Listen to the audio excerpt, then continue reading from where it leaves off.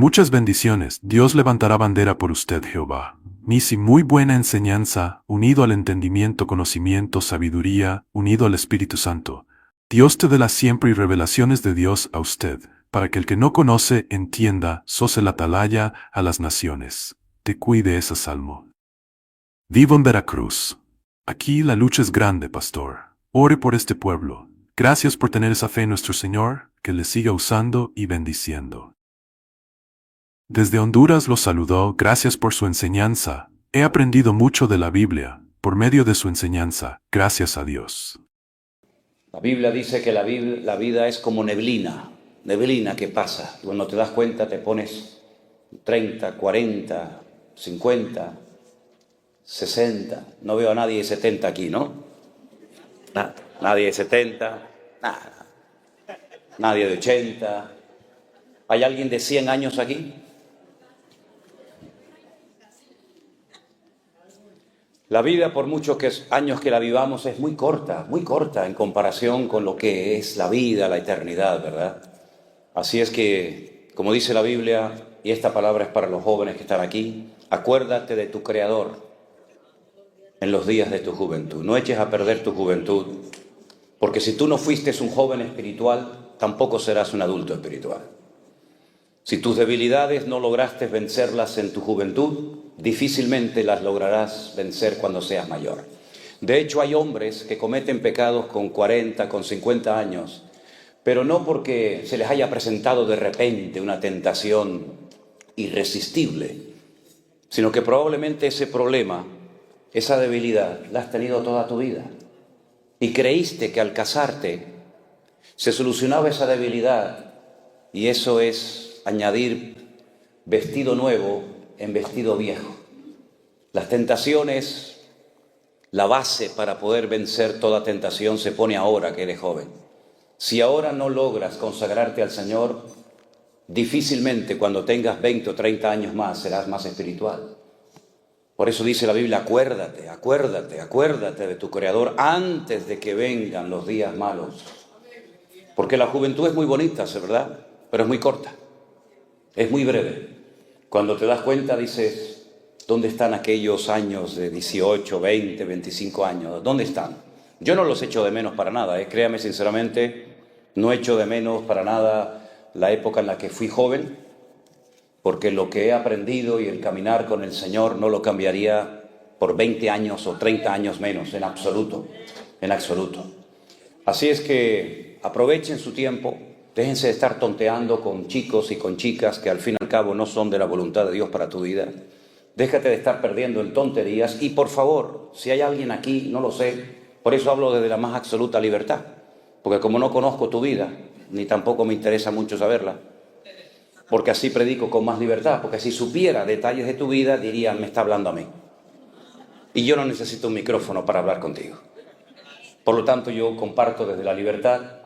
Si hay alguien aquí, chico o chica, joven o jovencita, que dice, bueno, yo me he enamorado o me pienso enamorar de una joven o de un joven no cristiano, pero yo lo voy a convertir. Yo lo voy a llevar a la iglesia. Por favor.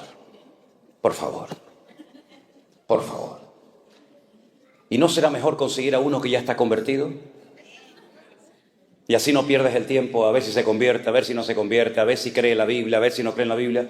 ¿No será mejor que te busques a uno que ya es feliz y no un amargado que tú quieres hacerlo feliz? Hermana, ¿no será mejor casarte con un hombre hecho y derecho que casarte con un mequetrefe, con un infantil, que tú dices, no, yo lo voy a cambiar con el día de mañana? Pues búscate a uno ya hecho y derecho y no pierdas el tiempo, mija. Es verdad que en algunos casos algún chico se enamoró de una chica inconversa y lo logró llevar a la iglesia y se convirtió. Sí, es verdad. Yo conozco muchos casos. Bueno, no tantos. Pero sí conozco miles de casos de jóvenes que arruinaron sus vidas, incluso hasta su futuro ministerio, porque se precipitaron, se equivocaron y destrozaron su presente y su futuro. Y piensa que después vendrán los hijos. ¿Y después qué? ¿Los llevamos a la iglesia católica a misa o los llevamos a la escuela dominical con el papá y con los abuelos? ¿Qué hacemos? Por lo tanto, las decisiones importantes de la vida se suelen tomar ahora. Ahora cuando ponemos la base de lo que va a ser tus próximos 20, 30 años. Por eso ora al Señor, busca. Mira, más vale llorar una semana. Se lo dije hace poco a una muchacha, creo que fue en Las Vegas. Le digo, mira, más vale llorar, no, perdón, en Miami. Más vale llorar una semana que llorar toda una vida. Yo conocí a una muchacha que un día llegó y me dijo si le podía firmar los documentos para ingresar en una escuela bíblica, porque sentía en su corazón que tenía que prepararse para servir al Señor. Y yo se los firmé y bueno, fue a un campamento de jóvenes cristianos y cuando regresó me dice, no voy a ir a estudiar a la escuela bíblica. Y le digo, ¿por qué? Dice, porque he conocido a un chico, bueno, un chico, era un viejo, era mucho más grande que ella, ¿no? Y no voy a ir porque creo que este es el hombre de mi vida. Y le dije, la semana pasada me dijiste que Dios había puesto en tu corazón y que Dios te había llamado para que te prepararas y le sirvieras. Y en tan solo una semana Dios cambió de opinión y te puso en medio a un hombre que no es el hombre de tu vida y lo vas a ver. Bueno, no hubo manera de convencerla, se casó con él, fue la mujer más desgraciada del mundo. Los pocos años que duró con él fueron una tragedia, él le pegaba, él la humillaba, parecía cristiano, en la iglesia era un santo, en la casa era un demonio. Muy atractivo, muy alto, muy no sé qué. Esta chica, cuando la miraba a la cara, agachaba la cabeza porque sabía perfectamente que había destrozado su vida. Un día cuando fue a entrar a su carro, a su coche, al abrir así la puerta, ¡pum!, cayó muerta fulminada en el suelo y ahí quedó su historia. ¿Qué necesidad tenemos de complicarnos la existencia? ¿Qué necesidad tenemos de sufrir toda una vida, verdad? Por haber tomado una decisión equivocada, con el hombre o con la mujer equivocada. Porque esto no es un contrato, esto es un pacto.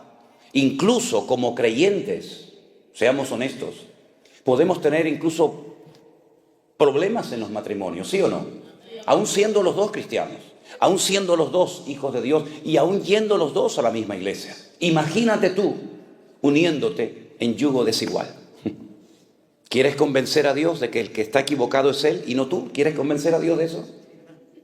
Ya desde la antigüedad el Señor le venía enseñando de muchas maneras diferentes al pueblo de Israel que hay cosas en la vida que separadas funcionan, pero como las juntes, como las quieras mezclar, las arruinas.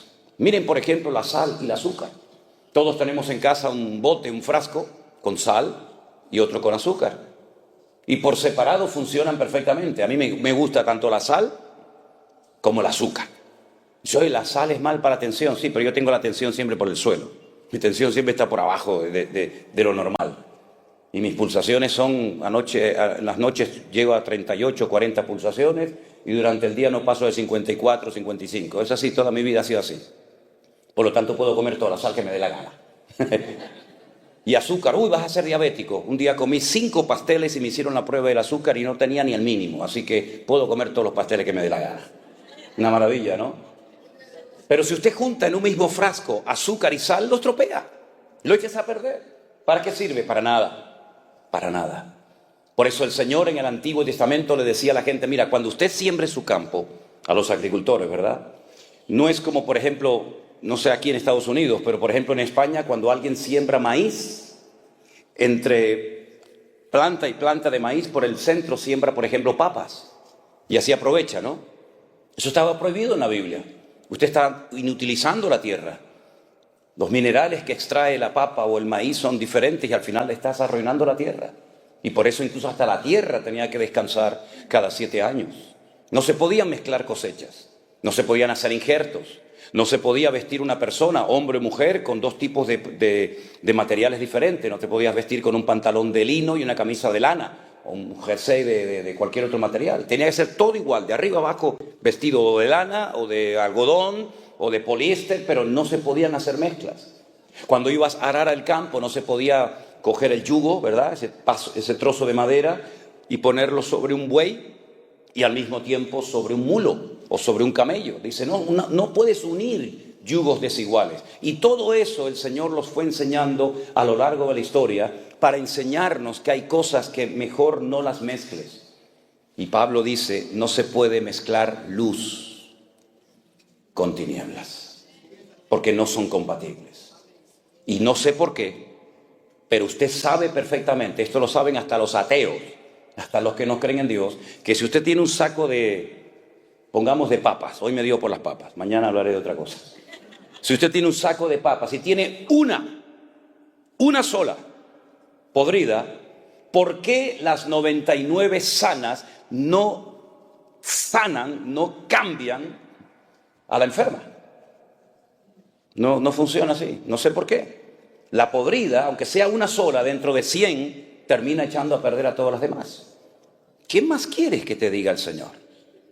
¿Quieres seguir peleando con el Señor tratando de demostrarle a Él que se equivocó? Dios no se ha equivocado jamás. Amén, hermanos. Nunca. Los hombres en la Biblia, muchos de ellos se equivocaron muchas veces. Miren, por ejemplo, Abraham. Cuando el Señor le dice a Abraham, vas a ser padre de multitudes. Es un hombre mayor, su esposa es mayor, es estéril, no han tenido nunca hijos, pero el Señor le hizo una promesa en contra de toda posibilidad humana. Pero es que Dios no es un Dios lógico muchas veces, sino rompe la lógica humana. Pasaron 30 años y el hijo no venía. Y entonces su esposa le propone un plan B. En Dios no hay plan B. Cuando dice Dios una cosa, la mantiene. No hay un plan B, otro C, así sucesivamente. La esposa le propone que tenga relaciones con una criada que la trajeron de Egipto. Fíjate, se fueron de Egipto, pero Egipto se metió en la casa. Y entonces, como Abraham era un hombre muy obediente, le dijo a su esposa, sí, mi amor, lo que tú digas. Y mantuvo relaciones con Agar. Se casó con el enemigo. Apostó por el caballo perdedor. Nació un hijo, Ismael. Abraham estaba loco con su hijo, pero Dios le dijo, este no es el plan que yo te dije a ti. Yo te dije a ti que ibas a ser padre con tu legítima esposa y no con esto que no sé de dónde lo han sacado ustedes. Hasta el día de hoy, créanme, hasta el día de hoy seguimos teniendo problemas por aquella mala decisión que tomó Abraham en la antigüedad. Hasta el día de hoy el mundo está de rodillas y más que estará. Porque los descendientes de este Pere Adán, como lo llama en hebreo, no Adán Pere, no hombre salvaje, sino salvaje hombre, que estará contra todos y todos contra él, hasta el día de hoy las naciones de la tierra, incluida esta nación también, se tienen que postrar ante rodillas ante esta gente. Por una mala decisión del patriarca Abraham. ¿Te das cuenta? Un gran hombre de Dios, el padre de la fe, el amigo de Dios, se precipitó, tomó una decisión equivocada y repito, hasta el día de hoy estamos viviendo el mundo las consecuencias de una mala decisión. ¿Te das cuenta? David se equivocó, se enamoró, se encaprichó de la mujer equivocada. Mira que tenía todas las que él quisiera, aunque no estaba permitido, pero bueno. Se enamoró de una mujer casada, miró por la ventana, sacó los prismáticos y no había quien lo moviera de allá arriba. Le dicen, es casada esta mujer. No puedes robarle la única esposa que tiene, uno de tus hombres más fieles. Pero él no hizo caso, él hizo un abuso de su autoridad como rey. Él abusó de su poder como monarca y la manda a llamar, mantiene relaciones con ellas y todos conocemos la historia. El que sea rey no significa que podía hacer lo que le daba la gana. El que seas pastor no significa que podías hacer lo que te dé la gana. Hay unas normas. Hay unas fronteras espirituales, hay unos principios que tenemos que respetar. Y David se los saltó todos. Y durante un año aparentemente nadie se había dado cuenta. O si se habían dado cuenta, nadie se atrevía a decirle al rey, rey, ¿qué ha hecho usted? Betsabé era mujer de Urías, de uno de tus guardas personales. Un hombre que ha librado 1000 batallas, un hombre que se ha jugado la vida por ti y por el reino. Y no solamente esto, sino que viendo que la había dejado embarazada y su marido estaba en el campo de batalla, y ya me dirás a mí cómo se va a quedar embarazada una mujer cuando el marido está a 1000 kilómetros de la casa, por telepatía, ¿no? Pues, David dice, bueno, no hay problema, lo eliminamos. Como dice el refrán, matando al perro, matamos la rabia. Mató a Urías, se frotó las manos y dijo, wow, a disfrutar de la vida. Me salí con la mía, me salió el plan redondo. Le robé la mujer, maté al marido, me la llevo a mi casa y aquí no ha pasado nada. Al año, lo que pasó desapercibido ante los ojos de Dios, de los hombres aparentemente, no pasó desapercibido ante los ojos del Señor. Y el profeta Natán llegó y le dijo, Tú eres ese hombre, después de aquella historia, ¿verdad?, que todos conocemos. ¿Te das cuenta cómo tarde o temprano la vida te va a pasar la factura? ¿Y qué necesidad tienes de pagar lo que tú no rompiste o lo que sí rompiste? Por eso piensa bien lo que vas a hacer, lo que estás haciendo con tu vida. Porque repito, más vale llorar una semana, un mes, que llorar toda tu vida. Hay mujeres, hay hombres que han quedado tocados para toda su vida por una mala decisión. Créeme, es así.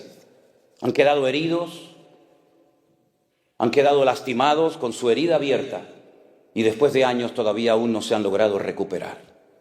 El Señor, cuando nos da una orden en su palabra, no es para que lo pases mal, al contrario, es para evitarte sufrimientos innecesarios, porque ya tenemos bastante con los sufrimientos necesarios que tenemos que pasar como para meternos en líos y en enredos y sufrir por lo que nunca teníamos que haber sufrido. Hay batallas en la vida que tendremos que pelear. ¿Amén, hermanos? Hay batallas que tendremos que pelear.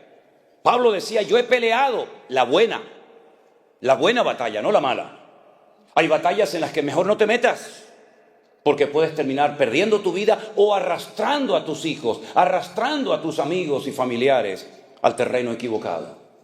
David iba a las batallas que el Señor le decía que fuera y obtenía victorias porque eran las batallas de Dios. Y él iba con el respaldo y el favor de Dios. Pero Jonatán, su íntimo amigo, fue un día a una batalla que nunca tenía que haber ido, jamás. Porque él sabía perfectamente que él no tenía que apoyar más a su padre, porque ya ni siquiera Dios lo apoyaba. ¿Y por qué voy a apoyar? ¿Por qué voy a respaldar, incluso hasta con mi presencia, algo donde Dios ya no está? Dios le dijo al profeta Samuel, no ores más por él. Lo he desechado, no me sirve. Es un desobediente de pies a cabeza. Búscate a otro hombre, búscame un hombre conforme a mi corazón. Jonatán sabía perfectamente que el futuro del país no pasaba por él. Él sería el segundo en el reino como amigo de David, pero nunca sería el siguiente rey de Israel, porque ni siquiera podía serlo bíblicamente, porque era de la tribu de Benjamín, y los reyes, según la Biblia, tenían que ser de la tribu de Judá. Por lo tanto, reconoce que el pueblo se precipitó, tomó una decisión equivocada. Y por eso Saúl, que como yo lo llamo, un juguete roto, llevó al país a la ruina. A la ruina. La gente estaba hundida en impuestos, en miseria, en pobreza, en depresión, en desánimo terrible. Preferían irse a una cueva a meterse con un pastor de ovejas, la cueva de Adulán, donde estaba David, que estar apoyando a Saúl. Pero su hijo, sabiendo que él no va a ser el rey de Israel, se va a pelear contra los filisteos. Y entonces dice la Biblia que ese día cayó muerto en el campo de batalla. Qué tristeza, ¿verdad? Un buen muchacho, era un buen muchacho. Jonatán era un hombre excelente. David llegó a amarlo y a respetarlo tanto que llegó a decir algo que los degenerados, los impuros, tuercen. Como dice la Biblia, que los inconversos tuercen las escrituras para su perdición.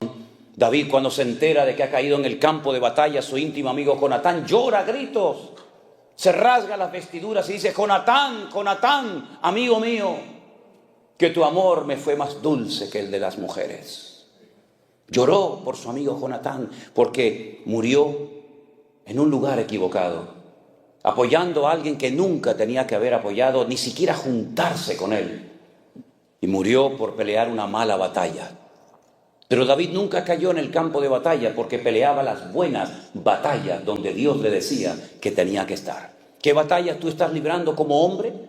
¿Qué batalla tú estás librando como mujer, como madre, como hijo, como esposa? ¿Qué batalla estás librando? ¿Es una batalla buena? ¿Es una batalla necesaria por la cual tienes que pasar? Bueno, gloria a Dios. Dios te va a dar la fortaleza. Él es tu pronto auxilio en las tribulaciones. Por tanto, no temeré lo que me pueda hacer el hombre. Aunque un ejército acampe contra mí, no temerá mi corazón, porque tú eres mi luz y mi salvación. Caerán a mi lado 1000, 10.000 a mi diestra, mas a mí no llegará. En esas buenas batallas puedes contar con el favor y el respaldo de Dios. Pero en las malas batallas, donde tú te has metido por tu mala cabeza, por no haber consultado previamente con el Señor, puedes llegar a terminar perdiendo lo más valioso que tienes, tu alma, la vida eterna. ¿Y de qué sirve que ganes todo el dinero y todo el oro del mundo si pierdes tu alma?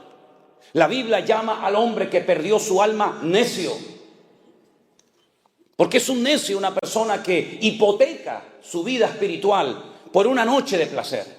Es un necio una persona que cree que por pecar esa noche y salir con la suya, e incluso llevarle la contraria a Dios, sabiendo que está desobedeciendo al Señor, va a ser bendecido. Jamás el desobediente será bendecido por Dios. Nunca, nunca. El desobediente, dice la Biblia, que Dios lo compara con un espiritista. Una persona que consulta a los espíritus, entra en el mundo tenebroso de las tinieblas para manipularlo y ponérsela a su favor. Dice la desobediencia es como pecado de adivinación. Se lo dijo el Señor a través de Samuel al rey Saúl. Porque el desobediente es un manipulador, siempre tiene una respuesta, siempre tiene una excusa. Sí, pero bueno, hay pecados peores, mamá. En la iglesia hay muchos hipócritas. Ay, por eso, como hay muchos hipócritas en la iglesia, ¿tú tienes licencia para pecar? Como le dijo el Señor a Job, ¿me vas a condenar a mí para justificarte tú? Claro que hay pecados peores que los que podemos cometer en la vida, pero tú no tienes que rendirle cuentas por nadie delante de Dios, sino cuidar tu vida, porque solamente tienes una. Y lo más importante de la vida, ¿sabes lo que es? La vida. Eso es lo más importante, la vida que tienes. Aprovéchala y inviértela en las cosas del Señor antes de que vengan los días malos, dice la palabra de Dios, y no tengas en ellos contentamiento. Y en vez de haber muerto en paz diciendo como aquel gran varón de Dios, he peleado la buena batalla, aleluya, he acabado la carrera, he guardado la fe. Terminar tus días amargado, frustrado, solo, ¿verdad? ¿Qué necesidad tienes de hipotecar tu futuro? Porque ahora tal vez no estás poniendo a Dios en primer lugar en tu vida. Dios no es un añadido más. Tengo esto y también tengo a Dios. No. Dios tiene que ser el centro de nuestras vidas. Tiene que ser la base y fundamento de nuestro hogar. Tiene que ser lo más importante en la vida. Porque podrás tener muchas cosas, pero separados de mí, dijo el Señor, nada podrás hacer. Serás un hombre de éxito en los negocios, en empresas, en lo que tú quieras. Sin Dios eres un pobre desgraciado. A una iglesia entera, no a un individuo, no a una persona, sino a una iglesia entera, le dijo el Señor, pobres, ciegos, desnudos, miserables y desventurados. Jamás tales calificativos había utilizado el Señor para dirigirse a nadie, ni siquiera a su pueblo Israel. Sin embargo, esa iglesia que era la última mencionada en la Biblia, la iglesia de la Odisea, fíjate lo que ellos decían. Fíjate, escucha. No tenemos necesidad de nada. Nos hemos enriquecido. Y el Señor le dice, ¿cómo? ¿Que no tenéis necesidad de nada? ¿Estáis ciegos? Miserables. Compren colirio, que es como metafóricamente, compren algo, la fe que les va a producir ese cambio, esa transformación de la mente para que puedan ver la situación miserable en la que se encuentran. Es terrible, ¿verdad? Hay distintos niveles en el pecado. Y uno de los últimos eslabones de la cadena del desorden personal es la ceguera espiritual. Como decimos, ya ni siente ni padece. Tiene la conciencia cauterizada. Lo que antes le conmovía, ahora ni lo inmuta.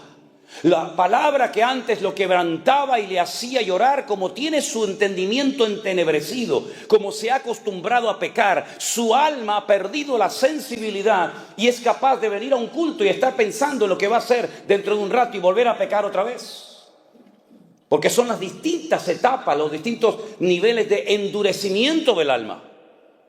Y eso le ha pasado a mucha gente a lo largo de la historia, que incluso veían la gloria de Dios, veían milagros tremendos, únicos e irrepetibles, como por ejemplo los vio Faraón. Pero dice que él endureció su corazón. Y el Señor le dijo, ¿quieres endurecer tu corazón? Pues yo ahora te voy a ayudar, te lo voy a endurecer 4 veces más. Y ya ni siquiera viendo milagros, ni siquiera viendo un río convertido en sangre, ni un mar abierto, ni nada, ya no era capaz de reaccionar porque endureció tanto su alma, se apartó tanto del camino de la verdad, que ya no había marcha atrás, ya no había retroceso, ya no había posibilidad de cambio.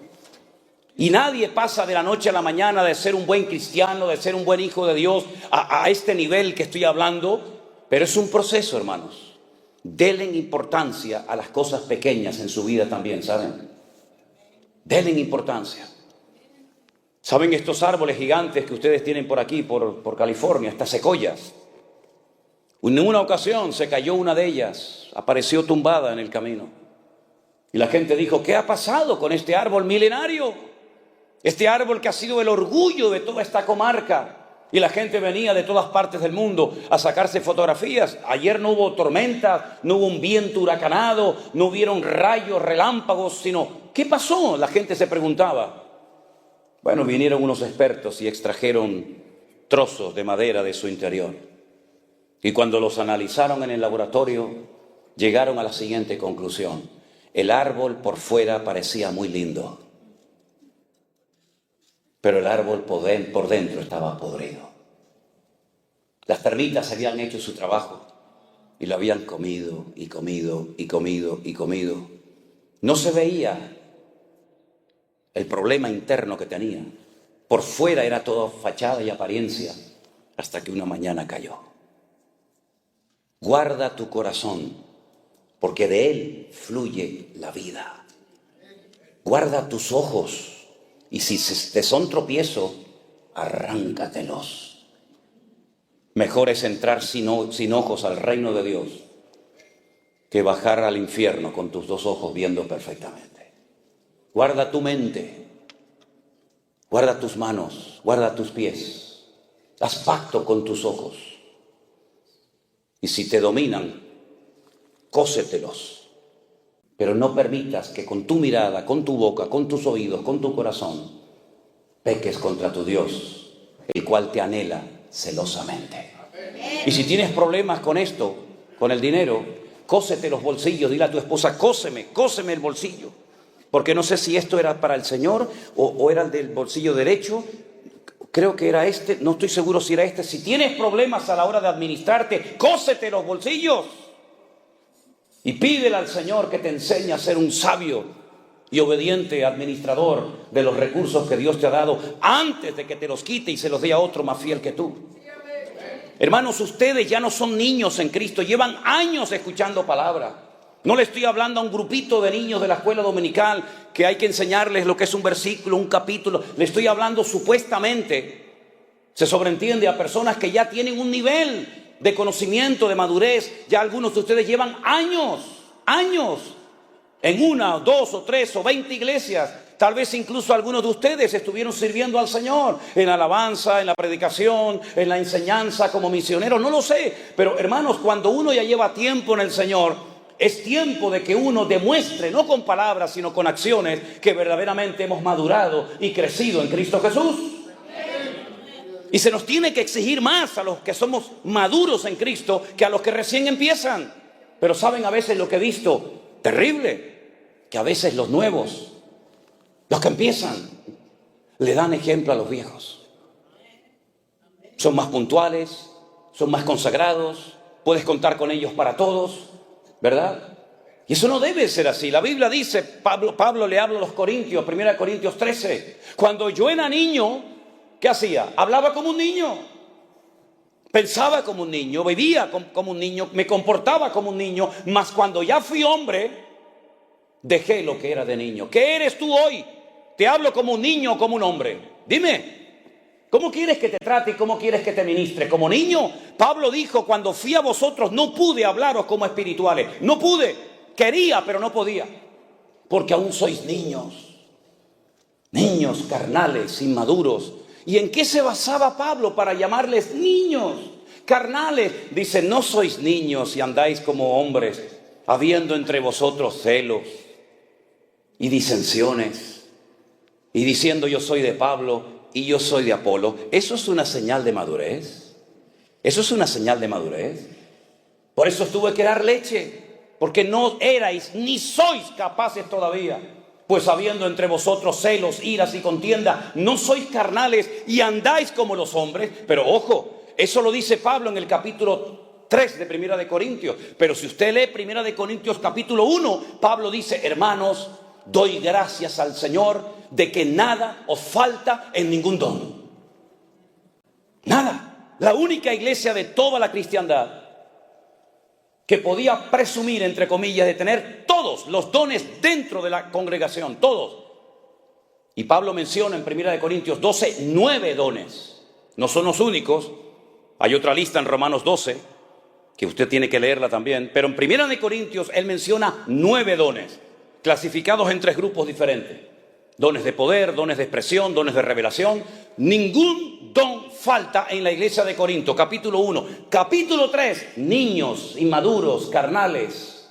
Y uno dice, pero ¿cómo es posible que esta gente que estaba hace 10 minutos hablando en lenguas y profetizando y haciendo cosas tremendas, sea capaz la misma gente en un momento de comportarse como niños y como carnales? ¿Es que acaso no nos puede pasar eso a nosotros hoy en día, hermanos? Menos mal que nosotros no vivimos en la época bíblica. Menos mal. Porque a lo mejor en vez de hablar de que David se asomó a la ventana y miró a la vecina y la codició, a lo mejor hubiera salido mi nombre en ese capítulo.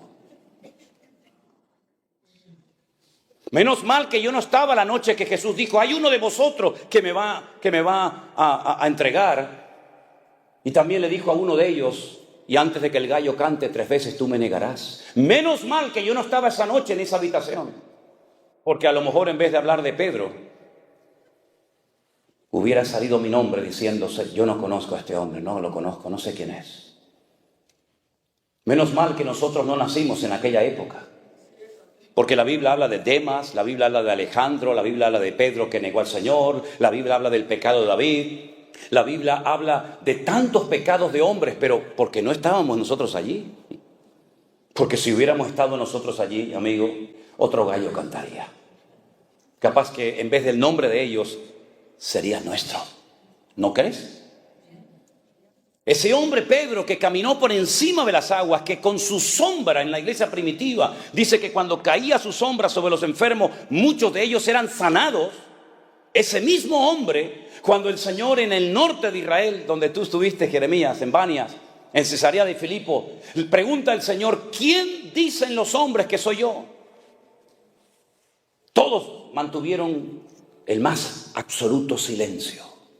Nadie era capaz de decir, tú eres esta persona para mí. Todavía como que no lo tenían muy claro. Entonces comenzaron a decir, bueno, por ahí algunos dicen, comentan, que tú puedes ser Elías el profeta. Como los judíos estaban esperando a Elías, pues puede ser que este fuera el Elías que esperábamos. Algunos piensan que tú eres Juan el Bautista, que ha resucitado entre los muertos y como que se te ha metido a ti dentro. Y otros piensan que eres Jeremías o algún profeta. Y entonces Jesús dice, ¿y yo para vosotros quién soy? Todos guardaron silencio. ¿Hubiéramos respondido nosotros? ¿O también hubiéramos mantenido el silencio? Solamente uno se atrevió a decir, y no porque lo había aprendido en la sinagoga, sino porque fue en ese momento una inspiración, una revelación que le vino de lo alto y dijo, tú eres para mí el Cristo, el Mashiach, el ungido, el Hijo del Dios viviente. Y el Señor le dijo, bienaventurado eres, Simón, Pedro, porque esto que acabas de decir no te lo reveló sangre ni carne, sino mi Padre que está en los cielos. Ahora ha hablado mi Padre a través de tus labios. ¿Cuántos dicen amén? Espera, no aplaudas todavía. Espera, ahora viene la segunda parte. Ok, ya sabes quién soy, ¿no? Sabes quién soy, el Mesías, el Hijo del Dios viviente. Conocerás las Escrituras, ¿no? Vamos a subir a Jerusalén y voy a ser desechado y crucificado por los hombres. Y comienza a relatar todos los sufrimientos y toda la humillación que va a experimentar. Y lo tienes que saber porque tú sabes quién soy yo. En el momento en el que Pedro, que seguramente infló el pecho como el pavo real, mira lo que me acaba de decir el Señor. En el momento en el que Pedro se entera que van a matar a su Señor, que van a crucificar a su maestro, automáticamente el mismo Pedro, recién felicitado por el Señor, recién alabado por el Señor, públicamente dice, no, espera, para, aguanta, no, de ninguna manera. ¿Cómo que te van a matar? Y yo que he dejado mi casa, mis barcas, mis redes, mi familia, mis amigos, yo que le he hablado a mis vecinos de que he encontrado al camino, a la verdad, a la vida, al autor de la vida, al consumador de la fe, yo que me la he jugado por ti, de ninguna manera, en absoluto. Yo no voy a permitir que te lleven a la cruz. Y el mismo Señor Jesucristo que recién lo acababa de alabar, ahora dice, apártate de mí, Satanás. Aplaude ahora si quieres. Ay, amigos. Ay, amigo, Satanás lo llamó en público. Imagínense si yo en esta mañana a uno de ustedes cuando me dice algo le digo, apártate de mí, Satanás. Se acabó mi ministerio en San Francisco. Este hombre no tiene amor. Si a veces digo 4 cosas y la gente dice, uy, qué duro habla, y se asustan como si fuera un coco. Imagínate si le dijera a alguno de ustedes, apártate de mí, Satanás. Imagínense, pues lo tuvo que oír. El mismo hombre que fue utilizado para alabar al Señor, para reconocer públicamente quién era, el mismo personaje ahora le dice, hablando Satanás por sus labios, no vayas a la cruz a morir. ¿Saben lo que le está diciendo? Si no hay cruz, no hay gloria. Si no hay cruz, no hay perdón de pecados. Si no hay cruz, no hay resurrección de los muertos. Si no hay cruz, no hay segunda venida. Si no hay cruz, no hay milenio. Si no hay cruz, no hay nueva Jerusalén. Si no hay cruz, no hay nada. Por lo tanto, ¿sabes lo que estás diciendo? Estás impidiendo que más de 150 profecías se cumplan, Pedro. Estás frenando la palabra. Estás haciendo una piedra de tropiezo en la historia bíblica, en la revelación profética. ¿Sabes lo que significa que yo no vaya a la cruz a morir? Y entonces, ¿cómo queda la humanidad? Ya no hay posibilidad de salvación. No hay nadie en el cielo, ni en la tierra, ni aún debajo de la tierra que pueda morir por ustedes. No hay otro. Solamente soy yo. Si yo no muero por ustedes, tú te vas al infierno de cabeza. Y los que murieron esperando salvación se van a condenar eternamente. Y los que nazcan en las próximas generaciones no tendrán futuro ni esperanza si yo no pago el precio en la cruz del Calvario. Por lo tanto, no eres tú, Pedro, el que estás hablando ahora. Es el mismísimo Satanás. Porque Satanás sabía y sabe y sabrá siempre que el fracaso más grande de él fue la muerte del Señor Jesucristo. Porque él sabe perfectamente que se acabó su poder, se acabó su autoridad. ¿Dónde está, oh muerte, tu aguijón y dónde, oh sepulcro, tu victoria? Satanás es un ser vencido, derrotado. No entiendo cómo hay muchos creyentes que aún le tienen miedo al diablo y lo ven por todas partes. Yo veo a mi Dios por todas partes. Yo veo al Señor en los pájaros, veo al Señor en el sol, en la luna, en el amanecer. Lo veo aquí en esta mañana con nosotros. ¡Gloria a Dios! Satanás me tentó, Satanás me empujó, Satanás no sé qué. Cállense, por favor, hablen de Cristo, el que te ha redimido, el que te ha comprado, y no de un ser derrotado, amargado y frustrado por la eternidad. Apláudale a Él ahora, si quieres, aleluya. Él es el que tiene el poder, Él tiene la autoridad. Al tercer día, cuando fue aquella mujer llorando, diciendo, ¿y cómo muevo la piedra? ¿Y cómo lo vuelvo a ungir? ¿Y cómo lo vuelvo a abrazar? Aunque esté muerto, prefiero verlo muerto que... Y cuando llegó y lloraba,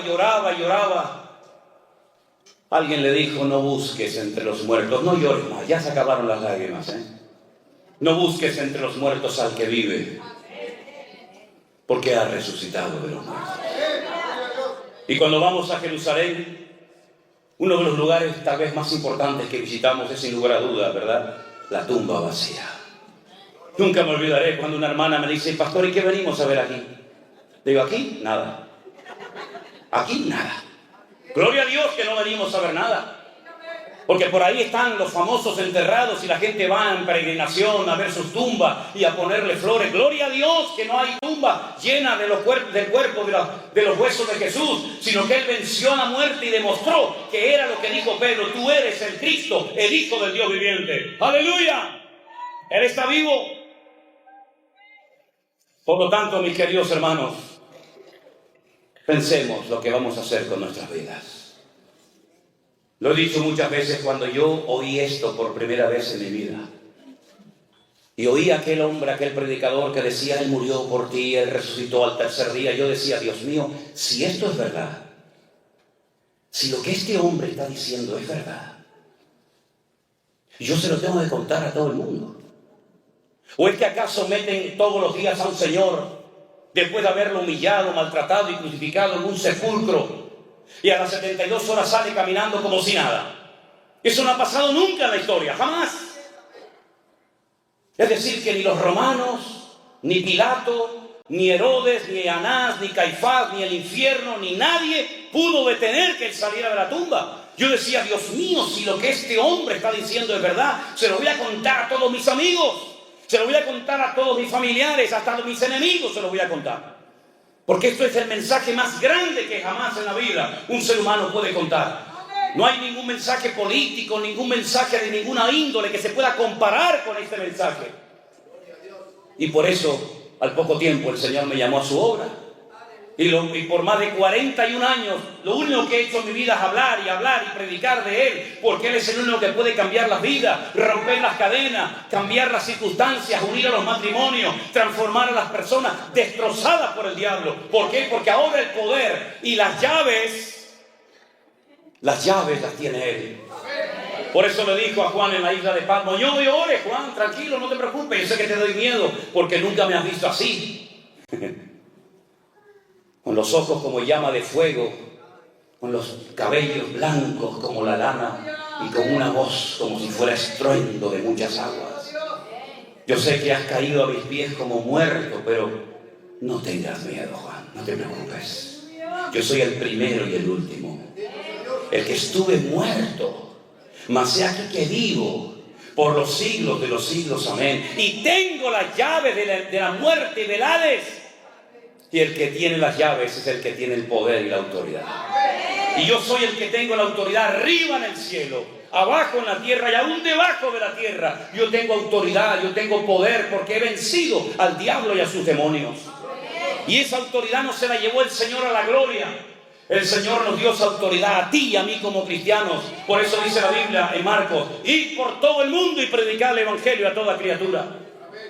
El que creyere y fuere bautizado será salvo, mas el que no creyere será condenado.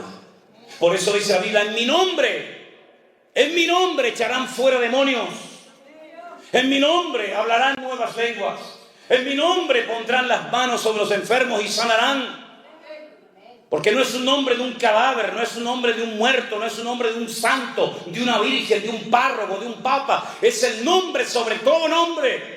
El nombre de Jesús, ante el cual toda rodilla se doblará y toda lengua confesará que Él es el Señor, para gloria de Dios Padre. Amén, aleluya. Y es en ese nombre que nos juntamos en esta mañana aquí. Y por eso hay gente entre nosotros que dejó la droga, porque Cristo tiene más poder que la heroína.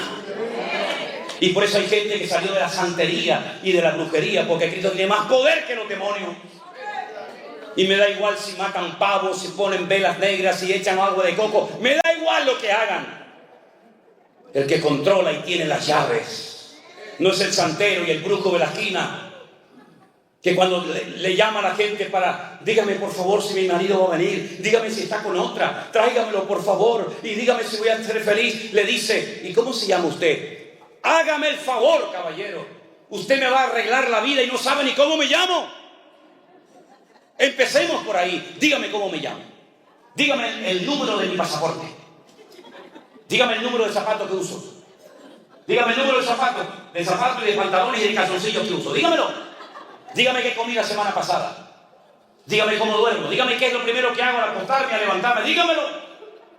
Cuénteme de los detalles de mi vida y después comenzaré a abrir mi corazón a contarte a ti mi vida. Me tienes que preguntar, ¿estás casado o soltero? ¿A ti qué te importa si estoy casado o soltero? ¿De qué signo eres? Míralo ahí, tú que tienes tanto poder, míralo ahí, a ver de cuál soy. Sin embargo, al Señor no le tienes que decir nada. Porque cuando Él vio a aquel hombre, le dijo, chicos, escuchen bien, vengan para acá. Este es un verdadero israelita. Y le dice, ¿y cómo sabes? Dice, yo te vi a ti cuando estabas debajo de la higuera, muchacho. Y le dijo, Dios mío, dice, no te asustes. A partir de ahora verás más cosas más grandes que esa. El Señor sabe cómo eras en el vientre de tu madre y sabía si ibas a ser varón o hembra. Porque no hay otro más que varón o hembra, ¿eh? No hay otra cosa, hay varón y hembra. No hay más. No hay más. Aunque los degenerados digan que hay 37 sexos diferentes, mentira. No hay más, hay varón y hembra. Así dice la Biblia que Dios los creó. Es que soy una mujer y cuerpo de hombre. Tú lo que eres un tarado, que no es lo mismo. Un enfermo, que necesitas ayuda urgente, hijo. Falta una identidad tremenda, ¿verdad? Al Señor no tenemos que contarle nuestros secretos porque Él dice que Dios nos entretejió en el vientre de nuestra madre. Y aún antes de nacer Él sabía que tú hoy ibas a estar en este lugar. Y te capacitó para que fueras una persona que viviera siempre como cabeza y no como cola, arrastrándote por la vida, sino de victoria en victoria, de gloria en gloria, de triunfo en triunfo y de bendición en bendición. Ese es nuestro Dios. Vendrán luchas y dificultades, da igual, mayor es el que está en mí que el que viene contra mí. Pablo decía, les voy a dar una lista de todo lo que yo he superado en la vida. Mira, ángeles, principados, potestades, lo presente, lo porvenir, lo alto, lo bajo, lo presente, lo futuro. Ninguna de estas cosas jamás nos podrá separar del amor de Dios que es en Cristo Jesús, Señor nuestro. Antes bien, en todas estas cosas somos más que vencedores. Hemos sido creados por Dios con amor, con mimo, con cariño. Aprende a respetarte, hombre. Aprende a valorarte. Dios te hizo así como tú eres. Y el día que tus padres tuvieron relación, 5, 6, 7, 8, 9, 10 millones, depende, podían haber nacido antes que tú. Pero ¿saben qué? Yo llegué el primero. ¿Me están entendiendo? Yo no sé dónde se quedaron los 9 millones, ni me interesa. Pero yo sé que cuando era una cosa así, con un rabo que parecía una lagartija más que un ser humano, yo le gané a todos. Y mi Dios permitió que yo llegara allí donde tenía que llegar. Y si antes de conocerlo a Él, si antes de tener el Espíritu Santo dentro de mi cuerpo, si antes de haber sido redimido y comprado por la sangre de Jesús, si antes de tener mi nombre inscrito en el libro de la vida, le gané a 9 millones o a 10 o a lo que fuera, ¿cuánto más ahora que el Señor está con nosotros como poderoso gigante y nadie nos podrá separar del amor de Cristo? Por lo tanto, no vivas como un mequetrefe, no vivas como un amargado, siempre pidiendo oración por aquí y por allá. Ore usted a Dios, que Dios a usted lo oye igual o más que a mí, mi querido hermano. No dependa del apóstol, no dependa del reverendo, no dependa del gran ungido de Jehová. Dependa única y exclusivamente de Él. Y si tiene un problema, entre en su casa, en su habitación. Cierra la puerta para que nadie le oiga. Póngase de rodillas. O tírese al suelo, como yo hago. Y tu Padre que te ve en lo secreto, te recompensará en público. Y aprender a descansar en Dios, decir, bueno, yo he orado, Dios me ha escuchado, ahora pacientemente voy a esperar a ver cómo Dios lo va a hacer. Pero que Dios tiene el control, no le quepa a usted la menor duda. Cuando aquel arcángel tremendamente poderoso, y les puedo asegurar que nada de lo que estoy diciendo lo tenía pensado compartir en esta mañana, créanme, en absoluto. Les puedo enseñar hasta los textos que tenía, pero el Señor me llevó por otro lado. Cuando aquel arcángel tremendamente poderoso se acercó a aquella jovencita comprometida con un tal José y le dice, salve muy favorecida, bendita tú entre las mujeres. Ella se quedó sorprendida diciendo, pero ¿qué salutación es esta? Jamás Dios, jamás ningún arcángel le ha dicho a una mujer a lo largo de la historia de la humanidad, bendita tú entre todas las mujeres. Y le da 7 profecías, están en Lucas, 7 profecías, 4 se han cumplido, 3 todavía faltan por cumplirse. Tendrás un hijo que reinará sobre la casa de Jacob para siempre, su reino no tendrá fin. Y ella oye aquello y se queda tan impactada. Y la única pregunta que le hace a aquel poderoso ser angelical es, ¿cómo? Porque lo que me estás profetizando es inmenso. Ni Sara, ni Rebeca, ni Ruth, ni Esther, nadie jamás ha recibido semejante sorpresa y bendición. ¿Cómo? ¿Cómo? Porque estoy simplemente comprometida, ni siquiera estoy casada todavía con mi marido. Y la respuesta fue la misma respuesta que Dios a ti y a mí nos dará siempre cuando le preguntemos al Señor, ¿cómo lo vas a hacer, Señor? Le dijo, lo que es imposible para los hombres es posible para Dios. El Espíritu Santo vendrá sobre ti y te cubrirá la sombra del Omnipotente. Así es como Dios hace la obra. A veces invisible, ¿o es que acaso alguien ve al Espíritu Santo? ¿Verdad que no? Pues esa es la forma como Dios ha escogido utilizar esta herramienta que llamamos iglesia virtual. Con un teléfono, en una isla perdida del océano, predicando la palabra viva y pura del Señor. Una mano invisible, un poder invisible ha recorrido las naciones de la tierra y ha llevado a los pies de Cristo a miles y a miles y a miles, y los que faltan todavía por conocer el Evangelio del Señor Jesús. Porque la obra el Señor la hace de una forma invisible para que nadie se lleve la gloria, para que nadie diga, fui yo, mírenme a mí, aquí estoy. No, mi hermano, la obra quien la hace es el Señor. Por eso, mis queridos hermanos, deja que en esta mañana el Señor haga lo que Él quiera en su vida. No le den instrucciones al Señor. La oración no es para decirle a Él lo que tiene que hacer, o cómo tiene que hacerlo, o cuándo. No, la oración no es para eso. La oración es para poner nuestras necesidades, tener comunión con Él delante de su presencia, y que Él haga como quiera y cuando quiera. Y puede ser que a lo mejor el deseo de tu corazón lo veas cumplido, o no. Porque el deseo del corazón del rey David era construirle un templo al Señor, ¿verdad? Y el Señor le dijo, no, pero Señor, tengo el oro, tengo la madera, tengo los planos, llevo toda la vida inventándome instrumentos musicales, llevo toda la vida componiendo salmos para que cuando se inaugure el templo, la gente cante tu palabra y te alaben y te adoren a ti. Y el Señor le dijo, no lo vas a construir, lo va a edificar tu hijo. Bueno, hay gente que trabajó para que nosotros estuviéramos hoy aquí. Pero a lo mejor nosotros estamos trabajando para otros que hoy todavía no están aquí. Somos simplemente un eslabón en una enorme cadena que lleva miles y miles de años creciendo por todas las naciones de la tierra. Y uno le pasa el testigo al otro, y el otro al otro, y el otro al otro, hasta llegar a nuestros días. Porque para poder llegar tú y yo en esta mañana a este lugar, hubo mucha sangre que se derramó por el camino.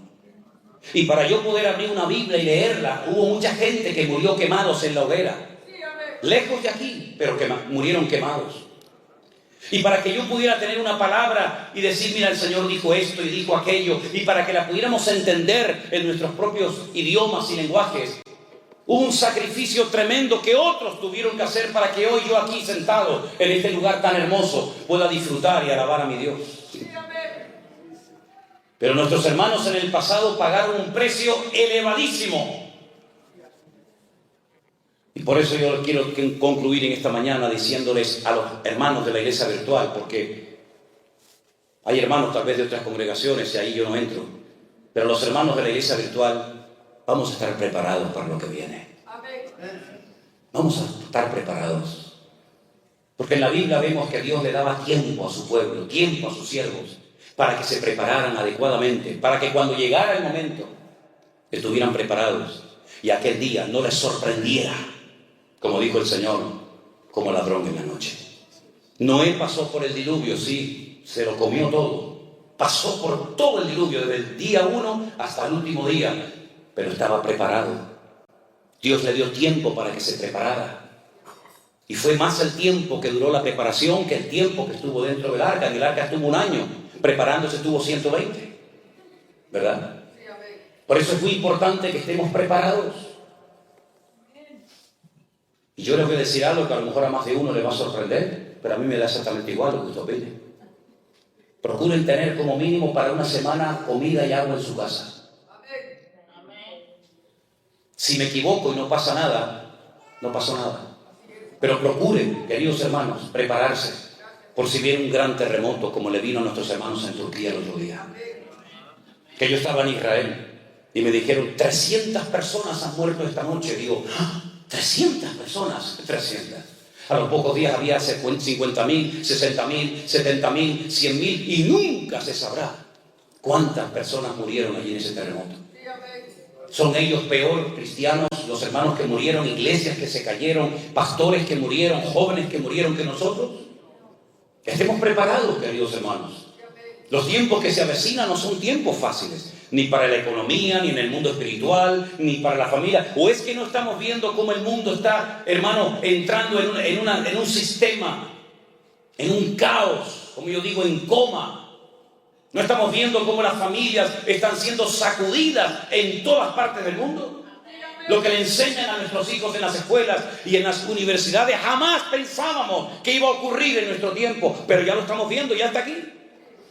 El mismo Señor Jesucristo le dijo a sus discípulos, y nosotros hoy somos sus discípulos, que la maldad se multiplicaría, y por haberse multiplicado la maldad, el amor de muchos se enfriaría. No hemos visto a miles de cristianos, miles de iglesias frías, tibias, incluso hasta que se cerraron en unos poquitos meses de pandemia. Ay, si la pandemia hubiera durado un par de años, ¿cuántos hubieran permanecido en pie? Simplemente unos meses, unas cuantas semanas sirvieron para demostrar la realidad, la poca base, la poca consagración, la poca santidad que había allá adentro. ¿Y cuántas iglesias se cerraron y nunca más se abrieron? Iglesias con poca gente, iglesias con mucha gente, iglesias con cientos de personas, iglesias hasta con miles de personas se cerraron porque no aguantaron el fuego de la prueba. Pero el Señor nos está hablando muy claramente de hace mucho tiempo, hermanos. No entren en el sistema del mundo, porque serán víctimas del sistema del mundo. Miren al Señor, tengan los oídos abiertos, recuperen la sensibilidad, el olfato, sepan leer las cosas que están sucediendo a nuestro alrededor. Miren cómo está Israel, miren cómo está Europa, miren cómo está América, miren cómo está Latinoamérica, miren cómo está el mundo, hermano. Dice el Señor, si el Señor no acortare aquellos días, nadie se salvaría. Fíjate lo difícil que se va a poner la situación a nivel mundial. Por eso la iglesia no puede estar tonteando y jugando y criticándose y dividiéndose. La iglesia tiene que despertar del sueño y prepararse, velar y orar para que aquel día nos sorprenda como ladrón en la noche. Por eso hoy a la mañana vamos a tener un momento muy lindo dentro de un rato, y es bautizar, como dice la palabra de Dios, a hermanos nuestros. Y eso me gusta porque es el momento en el que la gente está demostrando, no con palabras, sino con hechos, con acciones, que van en serio con el Señor porque han entendido el Evangelio. Los hermanos que se van a bautizar están esta mañana aquí. Están entre nosotros. ¿Pueden poner de pie, por favor? 1, 2, 3, 4, 5. ¿Hay alguno más? 6. Gloria a Dios, le damos un aplauso al Señor. Gloria a Dios, qué bueno, qué bueno. Vengan un momentito adelante los que se van a bautizar. Pónganse aquí y miren a los hermanos, por favor, en esta mañana. Qué bueno. Hermanos que se quieren bautizar, poner en práctica la palabra, eso es un gozo y una alegría tremenda. Gloria a Dios, qué lindo. Gracias al Señor. Gloria a Dios, gloria a Dios. Pónganse aquí en el centro, hermano, pónganse aquí. Gracias al Señor. Díganos sus nombres, por favor, empezando por aquí, por mi izquierda. Andrea, Regina, Víctor, Nexi, José Juan y Carolina. Gloria a Dios. Hermanos queridos, un momentito. Nosotros no hemos obligado a esta gente ni le hemos dicho que se tienen que bautizar. Yo por lo menos no. Estoy seguro que Jeremías tampoco. Es algo que el Señor ha puesto en vuestros corazones. Esto no es como una secta que en un tiempo determinado sí o sí se tienen que bautizar. Esto no es por presión, esto es por convicción. Ustedes han entendido, según la palabra de Dios, que la gente en la Biblia se bautizaba cuando eran grandes, no cuando eran chiquitos. José y María no llevaron al niño a una iglesia, a una pila bautismal, y allí hubo un señor que les echó un poquito de agua por la frente. No, eso no era bíblico. Eso fue un invento a partir del siglo III, IV después de Cristo. La gente se sumergía porque es como una especie de funeral, ¿me explico? Una especie de entierro a la antigua vida. Adiós, ya no quiero saber nada de mi antigua vida. Y ahora cuando salgo del agua, salgo para una vida nueva, vivirla solamente para la gloria y la honra del Señor. ¿Vais en serio con Cristo? ¿Van en serio con Cristo? Bueno, el paso que van a dar hoy es muy importante, pero no deja de ser un solo paso. Vendrán otros y otros y otros pasos más. ¿Están sus vidas en orden? No casamos gente que no está casada legalmente. ¿Están ustedes en orden? ¿No llevan una doble vida? Bueno, Dios lo sabe. ¿Ok? Porque el bautismo se hace una vez, nada más. Se quiso poner de moda, yo lo corté, por supuesto. Cuando íbamos a Israel, la gente veía el agua del río Jordán y decía, ¡ay, pastor, bautíceme! Digo, mire, ¿usted sabe lo fría que está ese agua? Por favor, si podemos evitarlo, evitémoslo. Me he enfermado muchas veces por bautizar en agua fría, ¿sabe? Y hasta el año pasado tuve que estar metido en la habitación de un hotel. Me cogí una neumonía terrible en mi pulmón izquierdo y me estaba ahí casi muriendo. Me tuvieron que traer una máquina para poder respirar porque me agarró el frío y bueno, tremendo. Y le digo, ¿por qué se quiere bautizar? Y dice, no, yo ya estoy bautizada, pastor. ¿Cómo? ¿Y se quiere bautizar otra vez para qué? Dice, no, para renovar. Digo, ¿renovar qué, mija? Renueve el pasaporte, renueve la visa, renueve el ID. Pero renovar el bautismo, eso no está por ningún lado. Usted no tiene que renovar nada. Además, me hace un favor, no metiéndome ahí otra vez. El bautismo se hace una vez y para siempre. No para agradar al pastor, no para agradar a la mamá, no para agradar al esposo o a la esposa. Se hace para honrar a Dios y obedecer al Señor. Y usted va a ver que Cristo se bautizó con 30 años. Con 30 años. Y si Él es nuestro ejemplo, imitemos su ejemplo.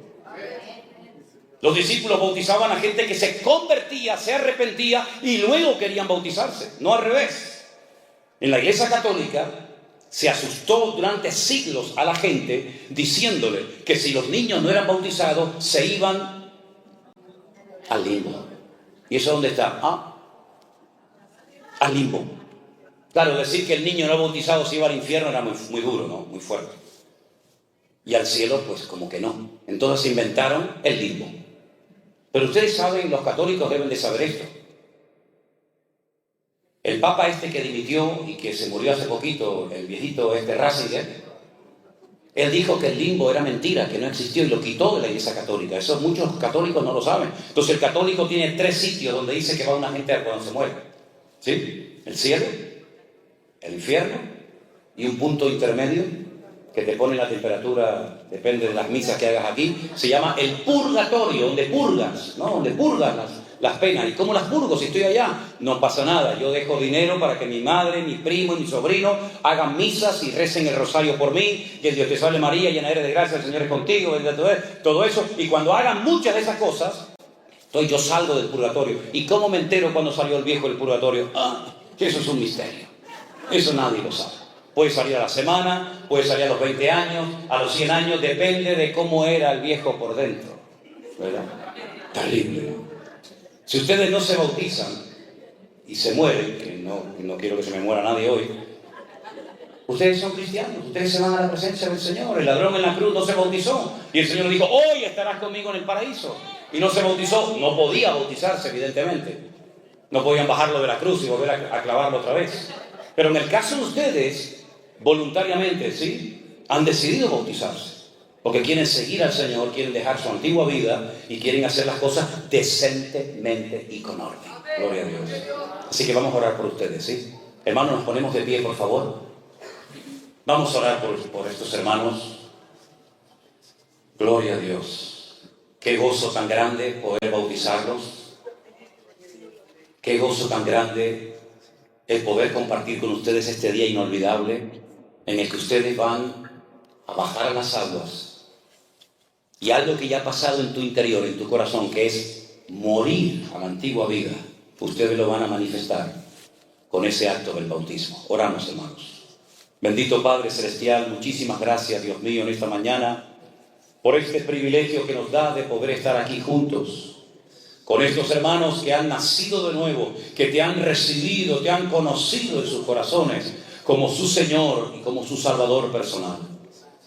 Te ruego, Señor Dios del cielo y de la tierra, que tú bendigas a estas almas, a estos hermanos en el día de hoy. Que recuerden toda su vida, el paso público que dieron delante de Dios y delante de nosotros como testigos. Fortalécelos en la fe. Agárralos, Dios mío, fuertemente de la mano, para que toda semilla, toda palabra de Dios que se ha sembrado en sus corazones, nunca nadie la pueda arrebatar, Señor. Que puedan crecer, que puedan madurar, que puedan desarrollarse como hijos, como hijas tuyas, y que te den a ti toda la gloria y la honra, y que nunca más vuelvan a su antigua vida, Señor, sino que te sigan fielmente hasta el último momento de sus vidas. Que corran la carrera, que peleen la buena batalla, que conserven la fe y que nunca se aparten de tu salvación que tenemos en Cristo Jesús, Señor nuestro. En el nombre de tu amado Hijo Jesús pedimos todo. Amén y amén. Damos fuertes aplausos al Señor. Gracias, hermanos. Dios les bendiga. Ven a tomar asiento. Dios les bendiga. Aleluya. Gloria al Señor. Gloria al Señor. Amén. Quiero leerles unos versículos. Si quieren sentarse como ustedes quieren, ¿sí? El Señor Jesucristo, cuando se despidió de sus discípulos, se los llevó a las afueras de Jerusalén, a un pueblecito que se llama Betsaida, y allí donde vivía Marta y María y Lázaro, desde el monte de los Olivos, el Señor asciende a la gloria, pero antes de irse les dijo: toda potestad me es dada en el cielo y en la tierra. Por tanto, id y haced discípulos a todas las naciones, bautizándolos en el nombre del Padre y del Hijo y del Espíritu Santo, enseñándoles que guarden todas las cosas que os he mandado. Y he aquí, yo estoy con vosotros todos los días, hasta el fin del mundo. Amén. Esas fueron las últimas palabras, las últimas instrucciones que el Señor Jesucristo le dio a sus discípulos. Vayan por todas las naciones de la tierra, no se encierren en cuatro paredes, salgan y anuncien mi palabra. Y cuando la gente se convierta, cuando la gente entienda el Evangelio, los bautizan. Y entonces díganles que yo voy a estar con ellos todos los días hasta el fin del mundo, que nada ni nadie los arrebatará jamás de mi mano. Y además, instrúyanlos, enséñenlos a que no solamente sean seguidores míos, sino discípulos míos. ¿Cuál es la diferencia? Hay una diferencia enorme. Un seguidor es una persona que sigue, pero no termina nunca de comprometerse. Tal vez no puedes contar con él, es una persona que siempre tiene otras cosas más importantes según él, antes que servir al Señor, etc. Pero el discípulo es la persona que se pone bajo la disciplina de su maestro. El discípulo es la persona que acepta el trato personal y directo de aquel que lo ha llamado. Hoy en día, cuando un muchacho, cuando una muchacha, alguien quiere servir al Señor y se quiere ir a una escuela bíblica, a una universidad o a estudiar, él elige, dice: bueno, esta universidad me gusta, esta no, esta es más barata, esta es más cara, aquí hay muy buenos maestros. Entonces tú eliges el lugar donde vas a ir a prepararte. En la época de la Biblia, y hoy en día, no es así. No es que tú eliges al maestro, el maestro te elige a ti. Los discípulos no dijeron: queremos seguirte. Los que decían eso, al final no terminaron ninguno sirviendo al Señor.